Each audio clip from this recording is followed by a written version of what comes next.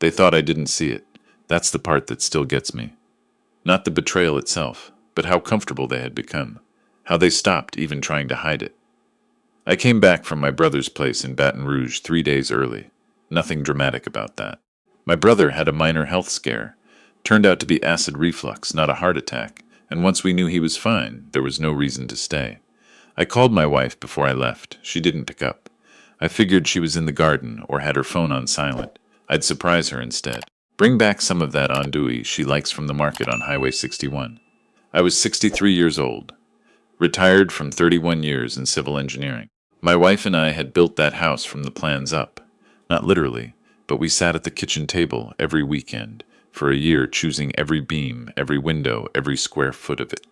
It was ours in a way that goes beyond a deed. It was the house where my son took his first steps on the hardwood in the hallway, where my wife and I danced in the living room the night we paid off the mortgage, where I planted a tulip poplar in the backyard that was now taller than the roofline.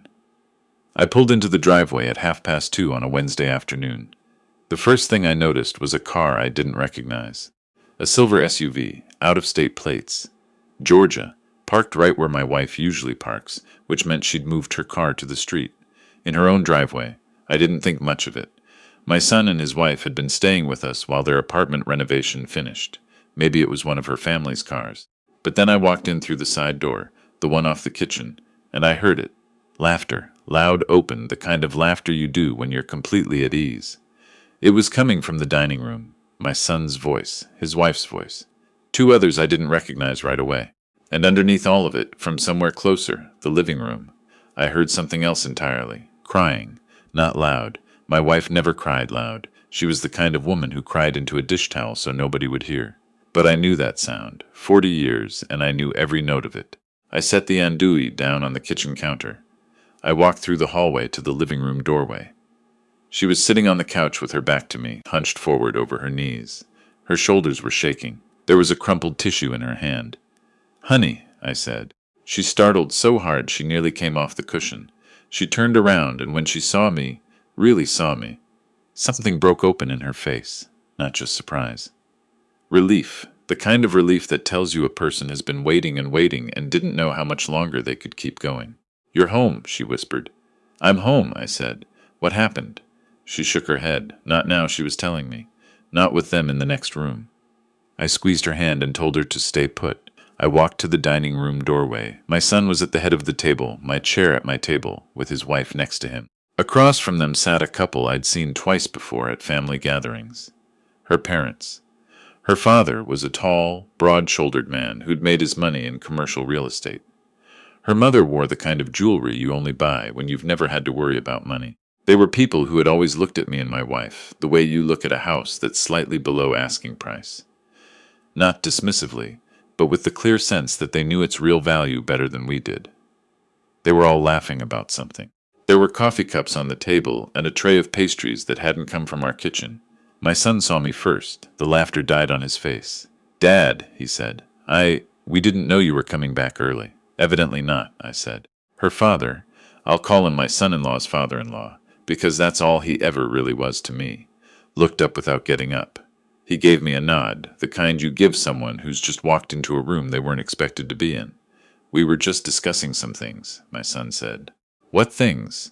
My son looked at his wife. She looked at her mother. A whole conversation in 3 seconds that excluded me entirely. "About the house," my son said. I stood in that doorway for a moment. I could feel my heartbeat in my jaw. "The house," I repeated. "Just some ideas," his wife said, smiling the way she always smiled when she was trying to manage me. "Nothing final. Your mother's crying in the living room," I said.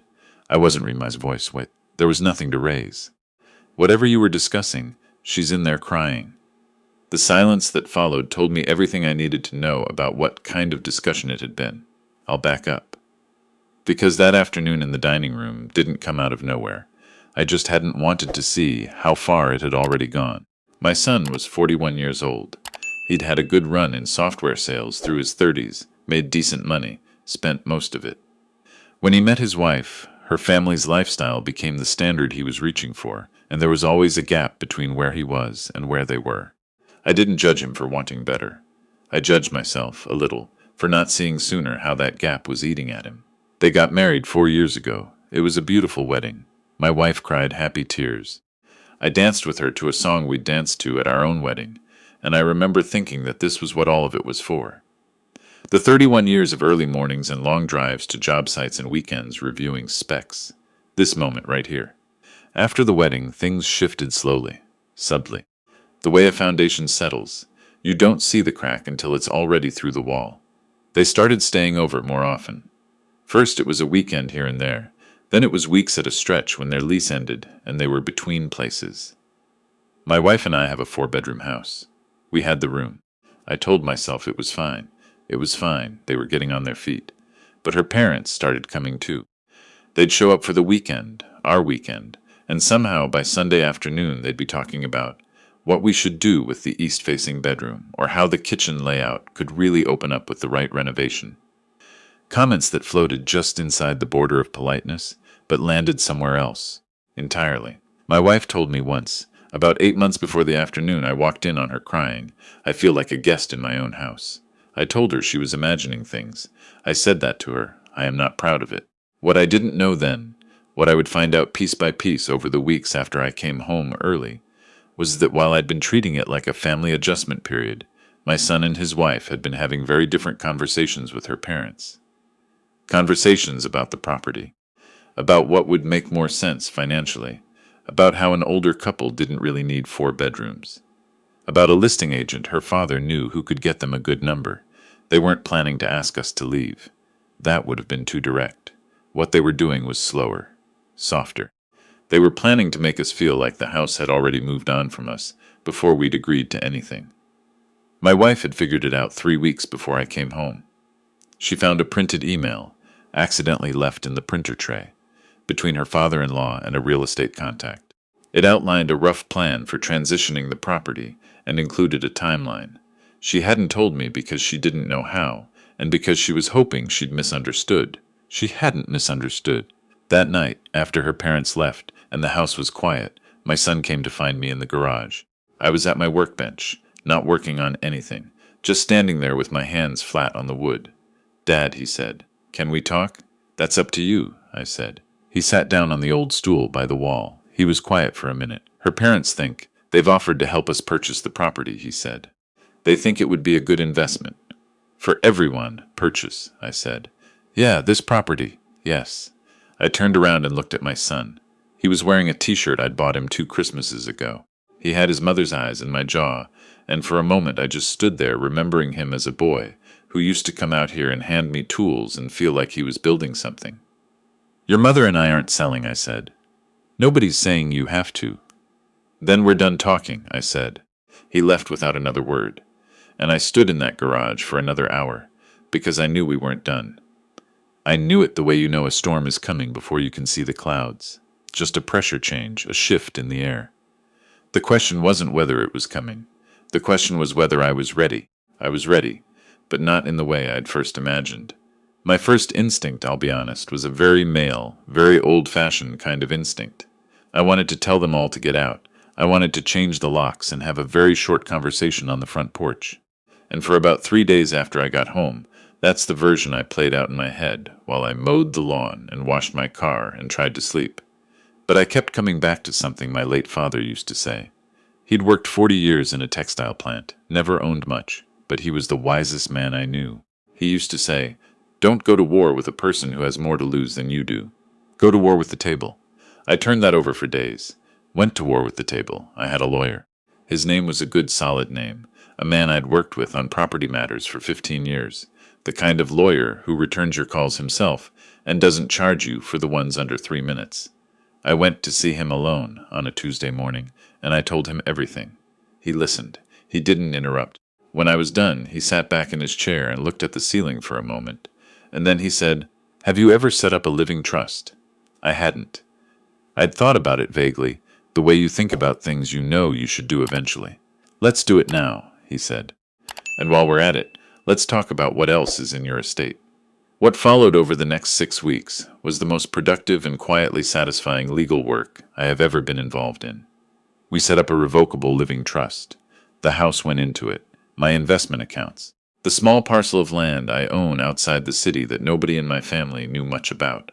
40 acres of timberland my father left me that had quietly appreciated for 20 years. We drafted language that my lawyer described as precise, the kind of precise that doesn't leave room for interpretation. No beneficiary of the trust could petition to dissolve, transfer, sell, or refinance any trust asset without the unanimous consent of both trustees, myself and my wife, while either of us was living.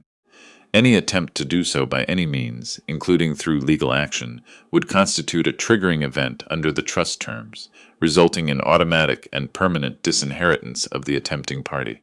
We also built in a provision that my lawyer called a good faith clause. Essentially, any beneficiary who demonstrated a pattern of behavior inconsistent with the interests and well-being of the primary trustees could be removed from the trust entirely at the trustees' discretion, without challenge. I signed the documents on a Thursday afternoon. I drove home, made dinner, and didn't say a word. The thing nobody tells you about waiting is how much lighter it makes you feel. I don't know how to explain it except to say that once I knew the table was solid under me, I stopped flinching every time someone bumped it. My son and his wife were still in the house. Her parents still came on weekends. I was cordial. I helped carry groceries. I made coffee when they were over. My wife watched me carefully for the first week or two, and then slowly I saw something ease in her face. "You seem different," she said one night. "I had a good meeting," I told her. The thing that finally broke the surface wasn't dramatic. It was a piece of paper. Her father came by on a Saturday, a day my son had carefully arranged so I'd be home, I think, because they'd decided it was time to move things forward. He had a folder. Inside was a document he described as a letter of intent for a family real estate arrangement. He said it wasn't legally binding. He said it was just to establish a shared understanding. He slid it across my kitchen table with the practiced ease of a man who was used to closing things. I looked at it. I didn't touch it. "I appreciate you coming by," I said, "but I have to tell you this house is now held in a living trust, so anything related to the property would need to go through my trustee attorney."